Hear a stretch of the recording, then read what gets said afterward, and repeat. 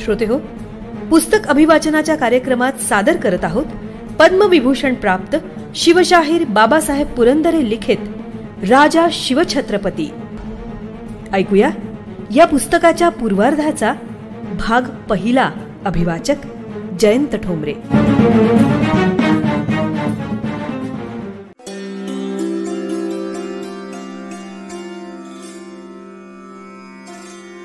नमस्कार श्रोतेहो, रेडिओ जयंतवर पुस्तक अभिवाचनाच्या कार्यक्रमात मी अनुराधा आपणा सर्वांचं मनपूर्वक स्वागत करते. रसिक हो, या पुस्तक अभिवाचनाच्या कार्यक्रमात आतापर्यंत प्रभू पाठक लिखित बिल्वपत्र, तसंच पूज्य साने गुरुजी लिखित श्यामची आई, यानंतर ज्येष्ठ विचारवंत लेखक डॉक्टर यशवंत पाठक लिखित मातीचं देणं, लेखक कवी चारुदत्त कुलकर्णी यांच्या मेघावळ आणि अनुभूती या 6 वेगवेगळ्या धाटणीच्या वेगवेगळ्या विषयांवरच्या पुस्तकांचं अभिवाचन आतापर्यंत केलं गेलं. आणि या पुस्तक अभिवाचनाच्या कार्यक्रमाबरोबरच आनंदी कट्टा हा सकारात्मक विचार देणाऱ्या कार्यक्रमात तर आपली रोजच भेट होत असते. श्रोते हो, आपण सगळ्यांनीच रेडिओ जयंतवरच्या दर्जेदार पुस्तक अभिवाचनाला तसंच सगळ्याच कार्यक्रमांना दिलेल्या उदंड प्रतिसादाबद्दल मनपूर्वक धन्यवाद. आपल्याकडनं येणाऱ्या प्रतिक्रिया म्हणजे आमच्यासाठी काम अजून उत्तमोत्तम घडवून आणणारं जणू एक टॉनिकच आहे. आणि आपण देत असलेल्या उदंड प्रतिसादामुळे आमची तुम्हाला अधिकाधिक उत्तमच ते देण्याची जबाबदारीही वाढली आहे आणि आत्मविश्वासही. आणि यामुळेच आता आपल्यासाठी या पुस्तक अभिवाचनाच्या कार्यक्रमात पद्मविभूषण शिवशाहीर बाबासाहेब पुरंदरे लिखित राजा शिवछत्रपती या पुस्तकाचं प्रथमच अभिवाचन सादर करणार आहोत. उद्देश हाच की हे दर्जेदार शिवचरित्र घराघरात पोहोचावं, त्याची श्रवणभक्ती व्हावी, प्रत्येक मनावर राजा शिवछत्रपतींचं कार्य कोरलं जावं आणि त्यांच्या विचारांचा आणि संस्कारांचा वारसा पिढ्यानपिढ्यांपर्यंत चालत राहावा. या शिवचरित्राचे लेखक पद्मविभूषण प्राप्त शिवशाहीर बाबासाहेब पुरंदरे आहेत. या अभिवाचनापूर्वी थोडक्यात त्यांच्याविषयी.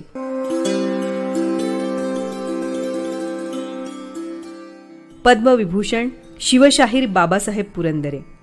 28 जुलै 1922 हा बाबासाहेबांचा जन्मदिन. 99व्या वर्षात त्यांनी पदार्पण केलंय आणि सर्वात महत्वाचं म्हणजे त्यांचा उत्साह आजही तरुणांना लाजवेल असाच आहे. इतिहासाचा प्रचंड अभिमान, सत्य ताडून बघण्याची संशोधक वृत्ती, स्मरणशक्ती, चिकाटी, काम करण्याचं झपाटलेपण ही बाबासाहेबांची काही गुणवैशिष्ट्ये सांगता येतील. आणि याबरोबरच लेखन प्रतिभा, ओघवतं वक्तृत्व, विश्लेषणासाठीचा सखोल अभ्यास, वक्तशीरपणा आणि शिस्त ही त्यांची काही खास स्वभाव वैशिष्ट्यही. शिवचरित्र घरोघरी पोहोचावं म्हणून अथक संशोधनातून परिश्रमातून राजा शिवछत्रपती हे शिवचरित्र साकार झालं. आता या शिवचरित्राच्या 16हून अधिक आवृत्त्या आल्यात. यातच या शिवचरित्राविषयी वाचकांची ओढ दिसून येते. जाणता राजा हे महानाट्य बाबासाहेबांच्या लेखणीतून आणि दिग्दर्शनातून साकार झालं. 150 कलावंत, हत्ती, घोडे यांच्यासह खुल्या मैदानावर 5 मजली फिरता रंगमंच हे या महानाट्याचं विशेष वैशिष्ट्य सांगता येईल. आग्रा, कलावंतिणीचा सज्जा, जाणता राजा, पन्हाळगड, पुरंदर, पुरंदरच्या बुरुजावरून, पुरंदऱ्यांचा सरकारवाडा, पुरंदऱ्यांची नौबत, प्रतापगड, फुलवंती, महाराज, मुजऱ्याचे मानकरी, राजगड, राजा शिवछत्रपती, पूर्वार्ध आणि उत्तरार्ध, लाल महाल, शिलंगणाचं सोनं, शेलारखिंड, सावित्री, सिंहगड ही बाबासाहेबांची साहित्य संपदा. आणि आतापर्यंत बाबासाहेबांना चतुरंग पुरस्कार, भालजी पेंढारकर पुरस्कार, मंगेशकर पुरस्कार, सोमेश्वर फाउंडेशन पुरस्कार, मध्य प्रदेश सरकारचा महाकवी कालिदास पुरस्कार, पुण्यभूषण पुरस्कार आणि याशिवाय अनेक जीवनगौरव पुरस्कारांनी सन्मानित करण्यात आलंय. श्रोते हो, जाणता राजा या महानाट्यामधून 3 ऐतिहासिक भूमिका साकारणाऱ्या जयंत ठोंबरे आणि बाबासाहेबांचे स्नेहबंध छान जुळले. ते अधिक घट्ट झाले जेव्हा जयंत ठोंबरे यांचा इमेज ॲड हा रेकॉर्डिंग स्टुडिओ स्थापन झाला. तेव्हा त्यांना आशीर्वाद देण्यासाठी खुद्द बाबासाहेबांनी इमेज ॲड रेकॉर्डिंग स्टुडिओला भेट देऊन आशीर्वचनपर मनोगत व्यक्त केलं.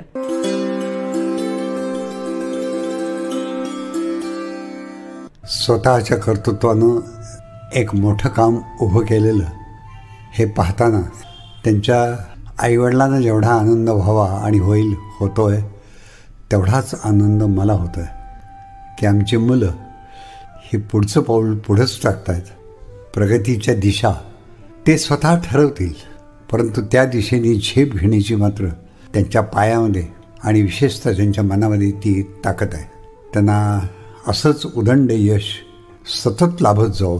आणि आत्ता हा स्टुडिओ मी पाहायला सुंदर आहे, खरंच छान आहे. म्हणजे खरोखर कोणाला आवडावा असंच तिथलं नेटकेपण आहे, रेखीवपण आहे. ही एक चित्रकलाच मला वाटते. जेवढं ते एक तंत्रज्ञान इथं आहे तेवढीच यात एक कलाही पण निश्चितच आहे. काही थोडंसं प्रात्यक्षिक मी जेव्हा पाहिलं त्यावेळेला मी त्या विषयातला थोडासा असल्यामुळे मला त्याची कल्पना आली. छान आहे, सुंदर आहे. मी त्यांना एकच आशीर्वाद देतो की त्यांना ही जागा अपुरी पडो आणि त्यांचा हा संबंध उद्योग मोठ्या जागेमध्ये लवकरात लवकर नेण्याची त्यांची जिद्द, महत्त्वाकांक्षा आणि ताकद ही अशीच वाढो. श्री आदिशक्ती, श्री लक्ष्मी आणि श्री सरस्वती त्यांच्यावर सदैव प्रसन्न असोत, हीच मनापासून इच्छा आणि माझी प्रार्थना.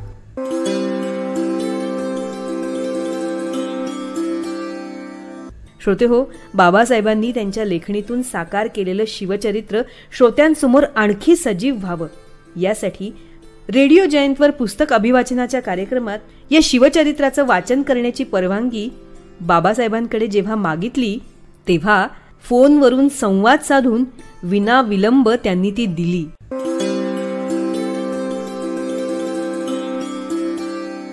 केवळ व्यक्तिगत नव्हे, केवळ आपल्या एका राष्ट्राचं नव्हे पण साऱ्या जगाचं कल्याण करणारं असे हे शिवचरित्र आहे. श्रोते हो, मनापासून ऐका. रेडिओ जयंतला माझ्या मनापासून शुभेच्छा.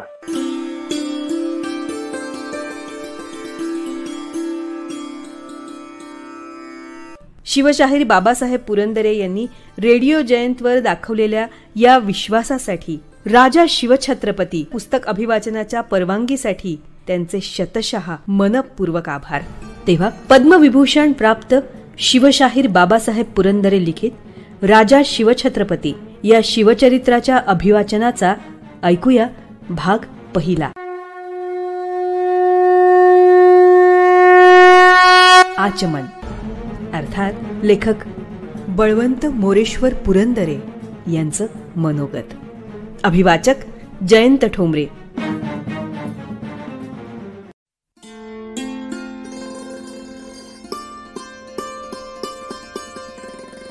राजा शिवछत्रपती या पुस्तकाच्या 17व्या आवृत्तीच्या सुरुवातीला आदरणीय शिवशाहीर बाबासाहेब पुरंदरे आपल्या मनोगतात म्हणतात, राजा शिवछत्रपती या पुस्तकाची ही 17वी आवृत्ती आणि ही 17वी प्रस्तावना. अगदी खरं, म्हणजे प्रामाणिकपणाने खरं सांगायचं तर या पुस्तकात माझं स्वतःचं काय, खोट्या विनयानं मी हे बोलत नाही.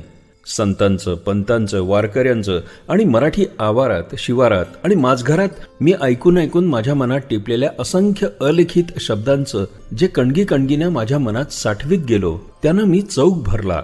म्हणजे ते धन आणि धान्य मी लगीन मांडवात चौक भरावा तसं कागदावर शिवचरित्रात गुंफून मांडलंय. छत्रपती शिवाजी महाराजांचं अवघं औक्ष हे निखळ सोन्याचं आहे.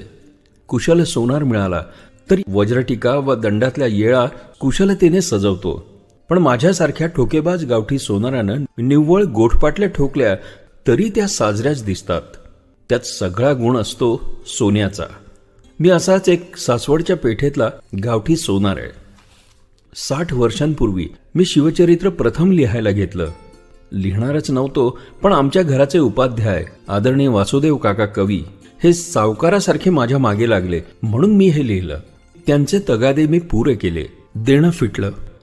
गायच्या दुधानं मी आंघोळ केली, पण माझ्यावर अपरंपार माया करणारा हा सावकार देवाघरी गेला.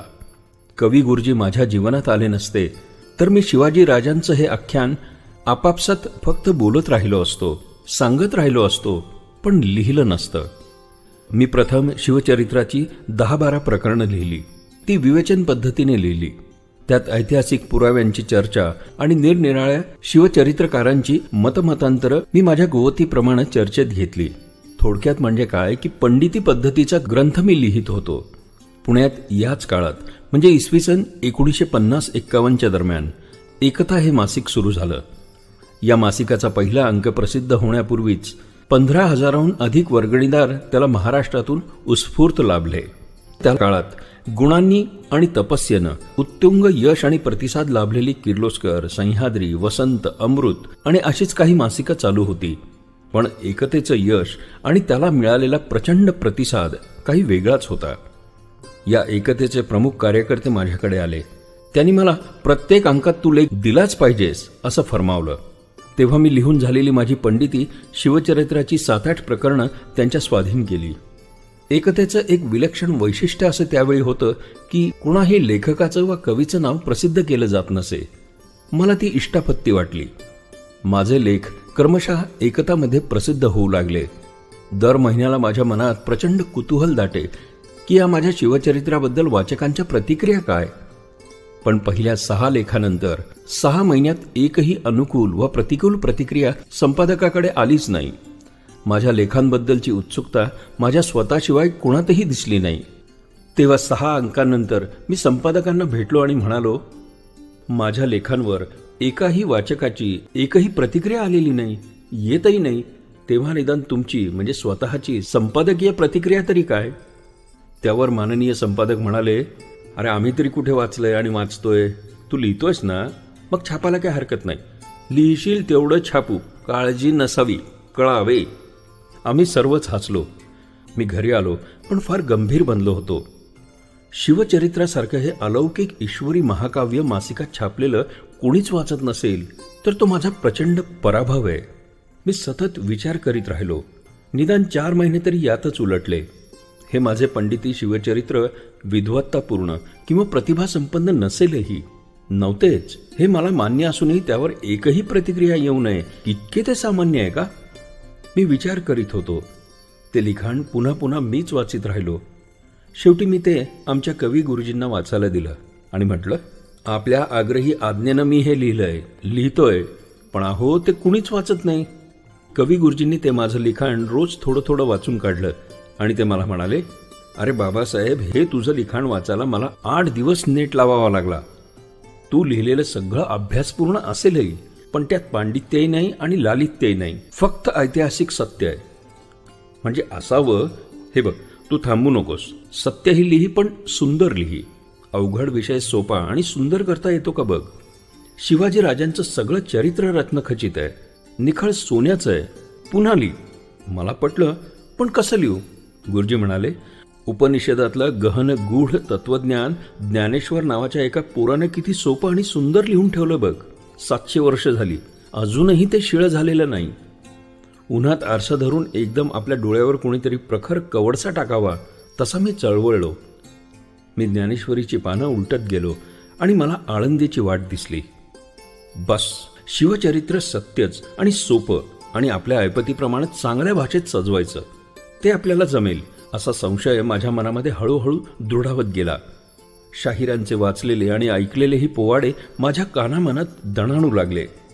शाहीर नानीवडेकर, खाडीलकर, अगिनदास, पिराजी सरनाईक, यमाजी आणि कितीतरी जण माझ्यासमोर गाऊ नाचू लागले.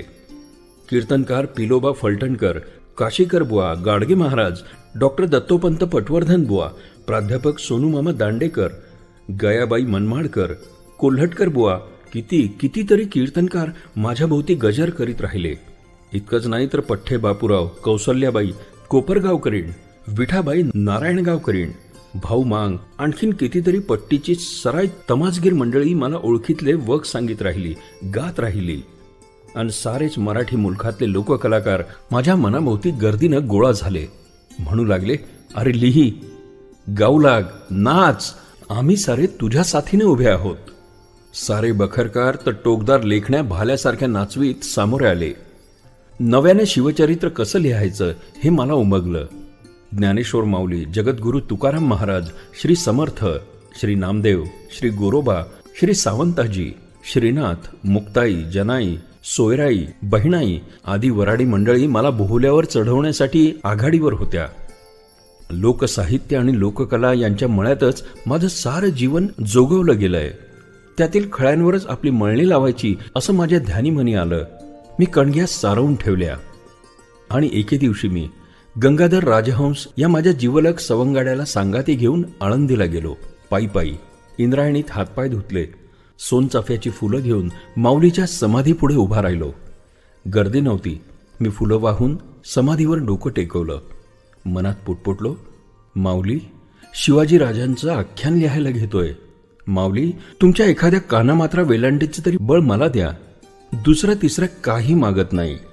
आम्ही दोघं किती वेळ समाधीपुढे उभं होतो ते आठवत नाही. नंतर तसंच पायी देहूला आलो.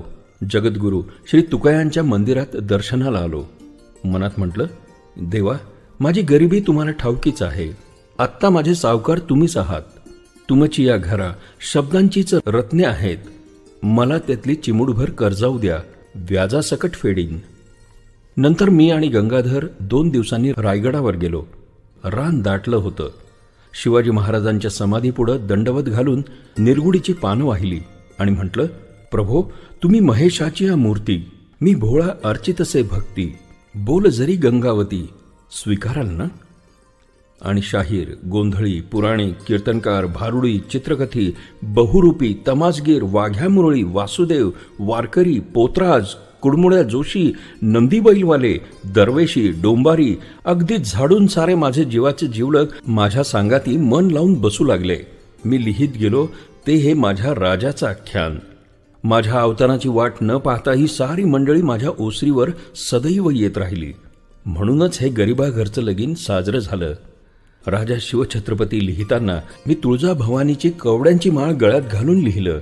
यातील उणीवा माझ्या, यातील चांगलं श्री तुळजाभवानीचं. मी विद्वान नाही, पंडित नाही, साहित्यिक नाही, बुद्धिवंत नाही, इतिहास संशोधक नाही, इतिहासकार नाही, भाष्यकार नाही. जो काही आहे तो वरच्या गावरान मराठी सरस्वती भक्तांच्या केळीच्या पानावरचं, त्यांच्या जेवणातून उरलेल्या 4 शीताभातांवर गुजराण करणारा येसकर आहे. लेखक म्हणून पुस्तकावर माझं स्वतःचं नाव छापण्याची माझी इच्छा नव्हती. खरोखरच आजही नाही. कुठं कुठं जीवनात निरुपाय होतच असतो. माझाही इथं निरुपाय झाला. कित्येक काव्य आणि बखरी कुणी लिहिल्या हे संशोधकांनाही सापडत नाहीत. माझीही तशीच इच्छा होती. राजा शिवछत्रपती हे शिवचरित्र मी असं लिहिलं.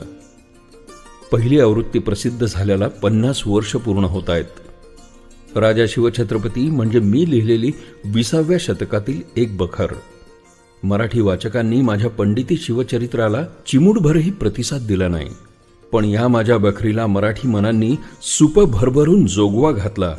मी अतिशय कृतज्ञ आहे.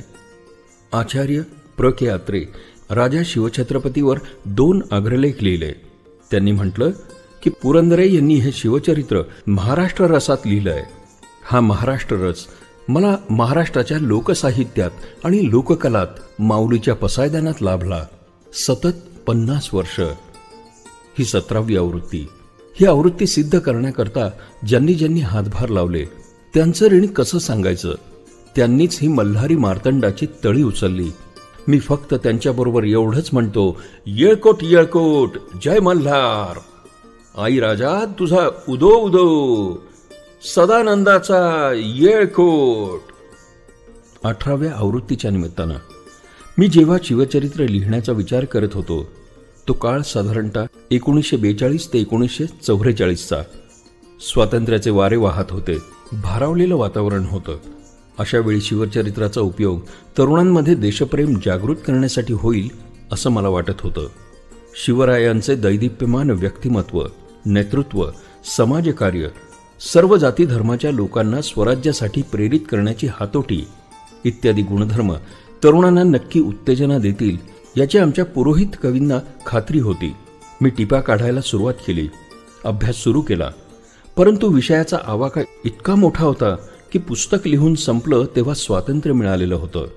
त्यावेळी अनेक मान्यवरांना मी हस्तलिखित दाखवलं. आणि त्यांनी ते आवडल्याचं पण सांगितलं. त्यामुळेच ते पुस्तक रूपात येऊ शकलं. मी हे पुस्तक बखर शैलीत लिहिलं होतं.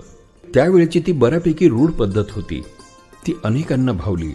या पुस्तकाच्या लिखाणात कोणत्याही जाती जमाती अथवा धर्म संप्रदायावर पूर्वग्रहदूषित दृष्टिकोन अथवा विकल्प राहणार नाही याची मी दक्षता घेतली होती. तसेच टीका टिप्पणी करण्याचा हेतू नव्हता. उपलब्ध ऐतिहासिक माहितीवर एक प्रेरणादायी पुस्तक लिहायचं होतं. आजवर गेल्या 50हून जास्त वर्षात या पुस्तकाचे हजारो वाचक मला भेटले. ते सर्व स्तरातील, विविध वयोगटातील आणि विविध जाती धर्माचे होते. काही इतिहासाचे अभ्यासक होते. अनेकांना कुतूहल होतं, तर अनेक शिवचरित्राने भारावलेले होते. मला असं वाटतं की शिवचरित्र लिखाणाचा उद्देश काही अंशी का होईना लोकांपर्यंत पोहोचवण्यात मी यशस्वी झालो आहे. अजून पुष्कळ काम बाकी आहे. आजच्या अनेक समस्यांवर शिवचरित्र हा एक उत्तम उपाय असू शकतो, असं माझं प्रामाणिक मत आहे. बघूयात काय होतंय. ब मो पुरंदरे. भाद्रपद शुद्ध 4, गणेश चतुर्थी, 19 सप्टेंबर 2012.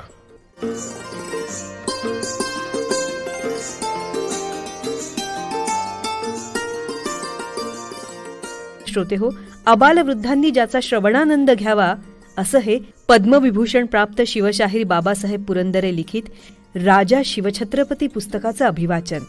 या अभिवाचनाचा भाग पहिला आज आपण ऐकलात.